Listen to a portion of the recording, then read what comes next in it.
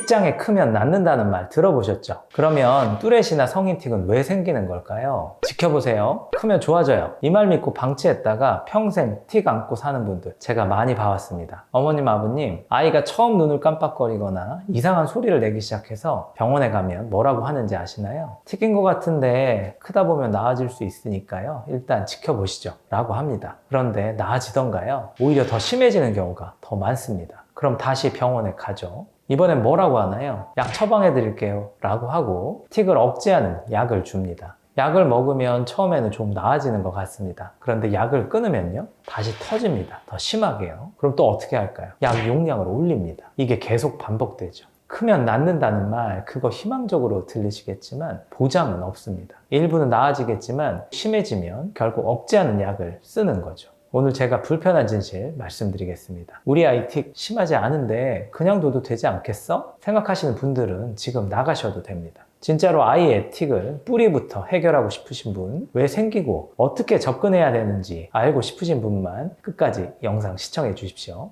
21년간 틱장애 아이들 치료해온 제가 병원에서 알려주지 않는 진실 말씀드리겠습니다. 크면 낫는다. 이 말 어디서 나왔는지 아시나요? 바로 통계입니다. 틱장애 아이들 중 일부는 성인이 되면서 증상이 줄어들거나 사라지는 경우가 있어요. 그래서 의사들이 지켜보자고 하는 겁니다. 그런데 그 통계의 뒷면을 봐야 합니다. 일부는 나아지겠지만 상당수는 나아지지 않습니다. 오히려 더 굳어져서 평생 가는 경우도 많죠. 제가 실제로 치료했던 케이스 말씀드릴게요. 어느 날 75세 할아버지가 찾아오셨습니다. 평생 틱이 있으셨대요. 고개를 계속 옆으로 돌리는 틱이 있으셨는데 너무 심하셔서 주무실 때도 고개가 항상 옆으로 돌아가 있다고 하시더라고요. 이 할아버지께서 뭐라고 하셨는지 아시나요? 자기가 평생 놀림을 받으면서 살아왔다. 방법만 있다면 정말 꼭 치료해보고 싶다고 말씀하셨어요. 평생 틱을 안고 살아오신 거죠. 어렸을 때 누군가 그랬을 거예요. 크면 나아질 거라고요. 그런데 안 나았습니다. 청소년이 됐는데도 안 나았고 성인이 됐는데도 안 나았고요. 할아버지가 됐는데도 안 나은 거죠. 평생 놀림받고 사람들의 시선을 의식하면서 살아오신 거예요. 크면 낫는다? 보장이 아니라는 증거 제 눈앞에 앉아 계셨습니다. 다행히 이 할아버지께서는 저희한테 오셔서 치료를 시작하셨고 정말 많이 좋아하셨습니다. 나중에 저에게 편지까지 써주셨죠. 원장님 덕분에 이제 놀림 당하지 않아도 돼서 감사합니다 라고요. 그런데 생각해보세요. 평생을 틱과 함께 사신 거예요. 어렸을 때 제대로 치료를 받았다면 인생이 달라지셨을 겁니다. 크면 낫겠지 하고 방치하면 우리 아이도 이렇게 될 수 있습니다. 평생 틱을 안고 살 수 있는 거죠. 틱이 왜 생기는지 제대로 아는 분은 거의 없습니다. 대부분 이렇게 생각하세요. 우리 아이가 이상한 습관이 생긴 거 아니야? 틀렸습니다. 틱은 버릇이나 습관이 아닙니다. 틱은 아이가 일부러 하는 것이 아니라 뇌가 조절이 안 돼서 보내는 신호입니다. 아이의 뇌가 발달하는 과정에서 좌뇌와 우뇌, 전두엽과 기저익 사이에 불균형들이 생기는데요. 어떤 영역은 잘 발달하는데 어떤 영역은 느리게 발달해요. 이렇게 균형이 깨지게 되면 뇌가 제대로 통제를 못합니다. 억제해야 할 신호를 조절하지 못해서 그게 몸으로 튀어나오는 거예요.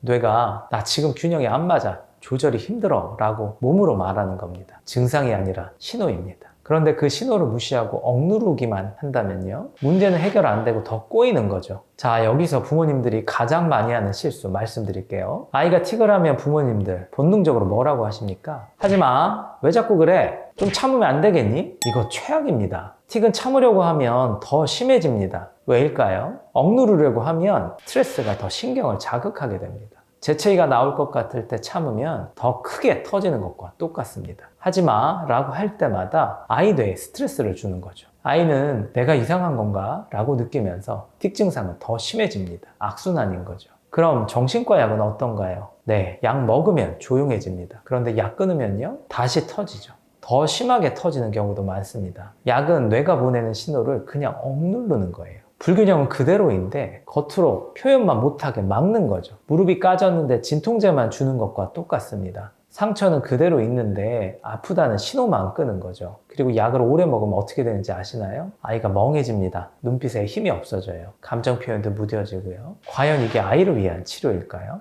어떻게 해야 할까요? 첫 번째, 하지 마 라고 하지 마세요. 틱이 나와도 지적하지 마세요. 그냥 모른 척 하시는 게 좋습니다. 스트레스 줄이는 게 첫 번째죠. 두 번째, 뇌 균형을 잡아주세요. 그 불균형을 잡아줘야 합니다. 억누르는 게 아니라 채워주는 거죠. 약한 부분에 에너지를 공급하고 균형을 맞춰주면 틱은 자연스럽게 줄어듭니다. 뇌가 정상 작동하니까 틱이 안 나오게 되는 겁니다. 세 번째, 빨리 시작하세요. 틱은 방치하면 더 치료가 어려워집니다. 뇌가 아직 유연할 때 시작할수록 더 쉽게, 더 빨리 좋아집니다. 크면 낫겠지는 보장 없는 기다림입니다. 마지막으로 말씀드리겠습니다. 지켜보자는 말, 당장 뭘 안 해도 되니까 편하게 들리실 수 있어요. 그런데 그 지켜보는 시간 동안 아이 뇌의 불균형은 점점 굳어갑니다. 나중에 고치려면 더 오랜 시간이 걸립니다. 75세 할아버지를 기억하세요. 어렸을 때 제대로 된 방법을 만났다면 그 인생이 완전히 달라졌을 겁니다. 우리 아이는 그렇게 두지 마세요. 뇌는 바뀝니다. 75세 할아버지도 가능했습니다. 우리 아이는 더 빨리 되겠죠? 그런데 바로 지금 시작하셔야 합니다. 늦으면 늦을수록 더 오래 걸리니까요. 지금까지 뇌를 살리는 뇌맘주치 노충구였습니다. 감사합니다.